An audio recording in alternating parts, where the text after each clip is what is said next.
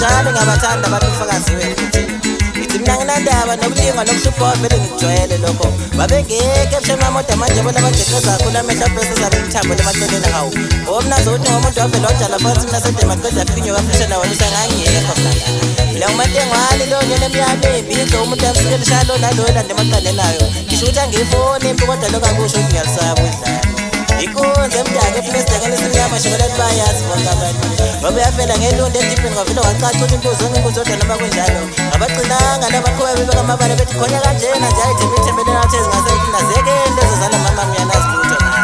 sapho kusitana esiduna kwazakalize lonke linyakazi ngithi siphelile sikasabarini bakho yakusethina manje yebo wethu siqoqonje sithabula ijingame esontweni phambi kwabafundisi maqede ibuzo ukuthi ngabe ngowakwabani lo mbana uye lo mfana ongena uFacebook wabhala umathalile ayithanda amaqede babangisana abantu kuleyo ndawo kunamanje wasakhuluma ngayo lo ndaba ngithi nanku umlayezo engishiya kini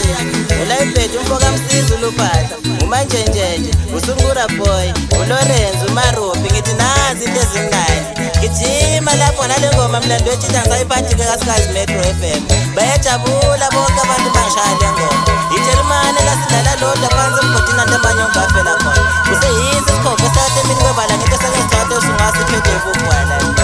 yini wethu umfana ngenandaba nokuthanda nokuzonda ngoba vele ngishilo ukuthi ngazolazazimamazalana